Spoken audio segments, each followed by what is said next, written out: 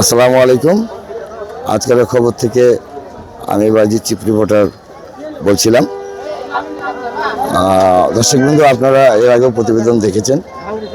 আজকের একটা প্রতিবেদন করতে আসলাম। জরুরিভাবে ডাক দেওয়া হয়েছে রোগীর স্বজনরা। দর্শকবৃন্দ, আমি বলতে চাচ্ছিলাম যে কোনো অসহায় লোক যদি টাকার কারণে কিংবা অর্থের কারণে যদি কোনো রোগী এখান থেকে নিয়ে যেতে চায়, তারা টাকা ছাড়া ছাড়ছে না এবং টাকা ছাড়া তারা রোগীকে ডিসচার্জও দিবে না। সেই কারণে আজকে আমি আসছি। দর্শকবৃন্দু, আরেকটি কারণ আপনাদেরকে জানাই। আজকে চলমান 7 দিন হয়ে গেল একটা একটা অসুখ কিংবা ভাইরাস বাড়িয়েছে, যার কারণে ছোট বাচ্চারা বেশি আক্রান্ত হচ্ছে। এগুলো বড় মানুষদের জন্য না, ছোট মানুষদের জন্য বেশি আক্রান্ত হচ্ছে। সেই কারণে আপনাদের উদ্দেশ্যে বলতে চাই, দর্শকবৃন্দ, আপনারা একটু সতর্ক থাকবেন। সরকারি হসপিটাল একটা ব্যবসায়ী পরিচয় হয়ে এসেছে, ব্যবসায়িক। এখানে দালালে ভরপুর। এখানে হসপিটালের যেগুলো গাড়ি আছে সেইগুলো গাড়ি পর্যন্ত বন্ধ হয়েছে অ্যাম্বুলেন্সে, এবং সেই অ্যাম্বুলেন্সকে যদি ফোন দেওয়া হয় তড়িৎ গতিতে রুগী আনার যাওয়ার জন্য, কিন্তু তারা ফোনটা ব্যস্ত করে রাখে। কেন রাখে, কি কারণে রাখে, দর্শকবৃন্দু আপনারা ভালো মতো জানেন। আমি আজকের সংবাদ থেকে চিফ রিপোর্টার বাজিদ বোস্তামি বলছিলাম, একটু সঙ্গে থাকবেন, আমার সঙ্গে থাকবেন। আমি আপডেট নিউজ দিতে থাকবো আপনাদেরকে। ধন্যবাদ।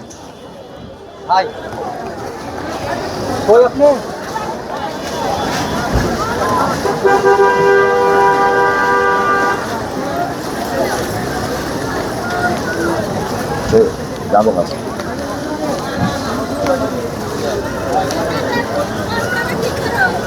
বাবা, ছেড়ে দেন, আপনি যাবে না।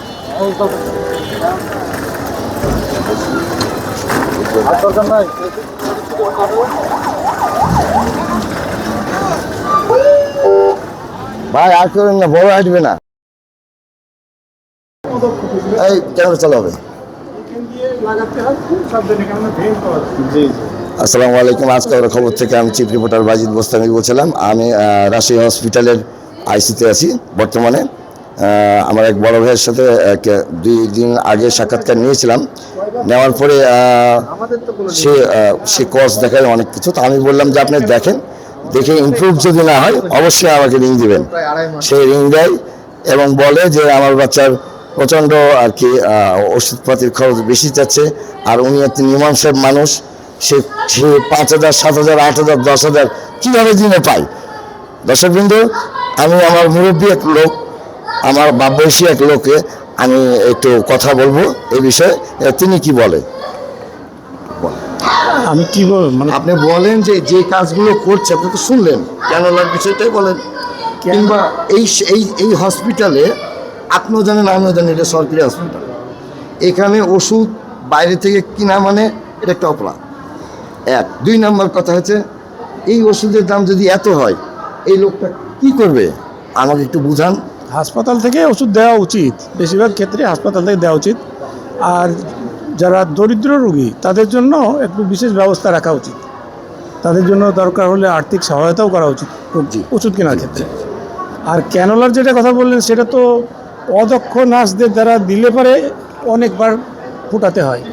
এটা দক্ষ নার্সদের দ্বারা দেওয়া উচিত, তাহলে পরে 1 বা 2 বার ট্রাই করলেই এটা সফল হবে। না, এরকম লোক নাই কি? থাকা উচিত, হাসপাতাল থাকার কথা অবশ্যই আছে, কিন্তু তারা এই জিনিসটা ব্যবহার করে না। তারা মাস্টার রোলের লোক কিংবা বহিরাগত লোক দিয়ে এগুলো ট্রাই করে। ট্রেনিং যারা, তাদেরকে দিয়ে হয়তো বেশিরভাগ করায়।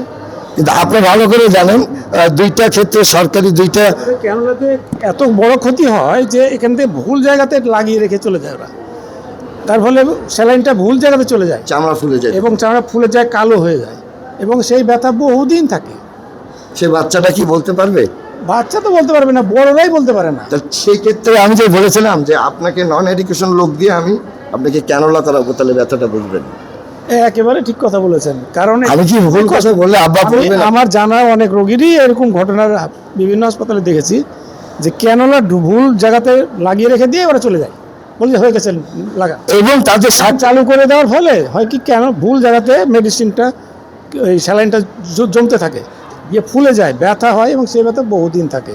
এবং তাদেরকে আমি যেমনি গেছি, টেবিল থেকে প্রায় 3-4টা নার্স সরে গেল, যে মানে অরিজিনাল একটি মাস্টার পার্মানেন্ট, সে এসে চেয়ারে বসে থেকে আমার সাথে টকিং করে। কি টকিং করে, আপনারা তো ভালো প্রতিবেদন করবেন না, খালি আমাদের নামে দুর্নাম করবেন। আমি যে ভালো প্রতিবেদন করার দরকার করবো, কিন্তু 10-এর লোক যেটা বলে, অনেক রোগীর জন্য এখানে অনেক ম্যানেজমেন্ট করতে অসুবিধা হতে হয়। শুনে এটা ঠিক। আমি একটা তার মধ্যে এই আইসিইউটাতে অনেক কিছুই পরিচ্ছন্ন আমরা দেখতে পাই। আইসিটা আপনি বললেন, আমি আইসির কথা বাদই দিলাম। অন্য জায়গাগুলো খুবই খারাপ অবস্থা। কেন খারাপ হবে? আমরা কি ট্যাক্স দিন না? আপনি কি ট্যাক্স দেন না? ট্যাক্স তো দেওয়া হয় ঠিকই, কিন্তু এর ম্যানেজমেন্ট করতে যে অনেক পরিশ্রম আছে, এটা মানতে হবে। আগে থেকে অনেক উন্নতি হয়েছে। ধন্যবাদ। আগে থেকে উন্নতির কথা শুনে আমার একটু ভালো লাগলো। তারপরে এসেছি অনেক বছর, আজ না 30-40 বছর যাবত হাসপাতালে আসি। এই আইসিইউটার মতো এরকম সব সাইডে কিন্তু এত পরিচ্ছন্ন না। আইসিইউর এই পরিবেশটা খুব ভালো হয়েছে। এখানে ভালো সার্ভিস আমার মনে হয় যে অনেকেই পাচ্ছে। ওয়ার্ডের অবস্থা খুবই সিরিয়াস। যে উনি বললেন যে এক বেডের মধ্যে 3-4 জনকে এই অক্সিজেন দেওয়া হয়, এটা আমি এর আগেও দেখেছি। কেন দেওয়া হয়? চাপ, রোগীর চাপ। এখন সি হেপাটাইটিস যদি রোগী হয়, সেই ক্ষেত্রে ওই ক্যানোলাইজ কিংবা ওই অক্সিজেন কিংবা ওই ক্যানোলাইজ আরেকজনকে দিচ্ছে, তাহলে জিনিসটা কি হবে? 1 ঘন্টা পর পর হয়তো আরেকজনকে দিচ্ছে, কিন্তু রোগী সামলাতে পারছে না। এখানে এত বেশি রোগী হয়। তাহলে ওনাদের উচিত হবে যে সরকারি দপ্তরে দরখাস্ত দেওয়া কিংবা চাওয়া পাওয়া কিছু। আসলে ব্যবস্থা, ওনারা রোগীর চাপেই হিমশিম খেয়ে যাচ্ছে। রোগীর কাউন্টারে দেখলে দেখা যাচ্ছে যে লাইন ধরেই আছে রোগী।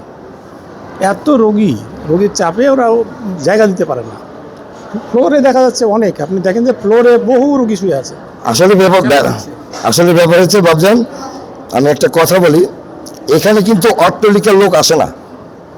না, এখানে প্রায় সরকারি কম পয়সার লোকেরই বেশি আছে। হ্যাঁ, 10 তলার লোক যাবে 10 তলাতে, আর গাছতলার লোক থাকবে গাছতলাতেই। যাদের অন্য কোথাও বেশি খরচ করার সামর্থ্য নেই, তারাই সাধারণত সরকারি হাসপাতালে আসে। কিন্তু এখানে তো দেখছি উল্টো চিত্র। উল্টো ঠিক বলা যাবে না, কারণ এদেরকে ম্যানেজমেন্ট করতে অনেক পরিশ্রম করতে হয়। প্রয়োজনে সরকারকে বলবে যে আমরা পাচ্ছি না, কিংবা আমাদের হাসপাতাল আস্তে আস্তে এখানে অনেক উন্নতি করেছে, অনেক সার্ভিস ভালো দিচ্ছে আগের থেকে, সবকিছু উন্নতি আছে, কিন্তু রোগীর চাপ সামলাতে আরও বাড়ানো দরকার। সেটা কর্তৃপক্ষ আছে, দেখবে, পরিচালনা করে দেখবে, প্রতিবেদন দেবে, বলবে, যেমন আমরা প্রতিবেদন দিব, তাদেরকে সহযোগিতা করবে। রোগীর সংখ্যা এত বাড়ছে, দেখছি যে এত রোগী তাদের সামাল দিতে পারছে না, স্পেস হচ্ছে না তাদের, আরও জায়গা বাড়ানো দরকার আছে তাদের। তাই সেই ক্ষেত্রে আপনার সরকারকে কি বলবেন? সরকারের উচিত হাসপাতালের ম্যানেজমেন্টের জন্য অনেক দক্ষ জনবল নিয়োগ দেওয়া, এবং এর পিছনে অনেক ব্যয় করা প্রয়োজন। সরকার ম্যানেজমেন্ট করতে যে ব্যয় করে, এই ব্যয় দিয়ে তারা কোলাতে পারে না। ধন্যবাদ, আপনি একটা যুক্তির কথা বলেছেন।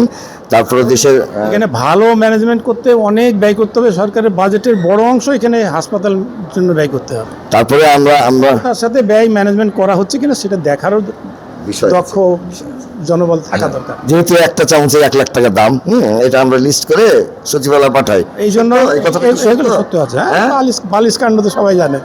না, একটা চা চামচের 1 লাখ টাকা কিভাবে দাম হয় আব্বাজান? কোনো হয় না, এটা ভুয়া বিল করে দিয়েছে। কেন করবে? এটা তো দেখার, যদি ম্যানেজমেন্ট নাই, দেখার লোক নাই এখানে থাকলে এত অদক্ষতার সাথে কাজ বা এত টাকা চুরি হতে পারে না। এখানে পরিচালক তো আছে আব্বাজান, আপনি তো জানেন। আছে, সবই আছে এখানে। পরিচালক এমন এক পরিচালক যে সেনাবাহিনী থেকে আসছে, সব আছে। পাবলিক হেলথের বড় বড় ম্যানেজমেন্ট এখান থেকে আছে ঢাকার আন্ডারে, কিন্তু কেউ উপর থেকে কেউ দেখে না। ওই টাকা বরাদ্দ দিয়ে দিলাম, কাজ চলছে, কেউ দেখার না। সুপারভাইজিং ইউনিট নাই কোথাও। এবং মানে দর্শকবৃন্দ, আমি আসলে অতি দুঃখের সহিত বলতে চাচ্ছি, আমার পিতা সমান লোক উনি, একটা চামচ যখন আমি প্রতিবেদনে দেখলাম 1 লাখ টাকা একটা চামচের রেগুলেশন রেখেছে কিংবা চাহিদাপত্র দিয়েছে, সেই জায়গাতে তাদের মানবতা এবং জ্ঞান কোথায় থাকে আমি বুঝি না। কিংবা একটা লোকের একটা পিয়ন কিংবা গার্ড না দেখে তাকে কোটি কোটি টাকা লোন দেওয়া, এই সেম একই কার্যকর এই হসপিটালগুলো চলছে। আমাদের জানা মতো সিআইডি তথ্য অনুযায়ী এখানে দুর্নীতি হয়, এটা আমরাও প্রমাণ জানি। এগুলির দুর্নীতি যতই কমাতে পারা যায় তাহলে প্রচুর এখানে কাজ করার সুযোগ আছে। টাকা পর্যাপ্ত ব্যয় হয়, কিন্তু ব্যয়গুলি সঠিকভাবে হয় না, কারণ এই দুর্নীতি। ধন্যবাদ আপনাকে। আজকের খবর থেকে আমি বাইজিৎ চিপুরি বাইজিৎ বোস্তামি বলছিলাম। শ্রদ্ধেয় মুরব্বী আমার ভালো কথাই বলেছে। ঠিক আছে, ধন্যবাদ।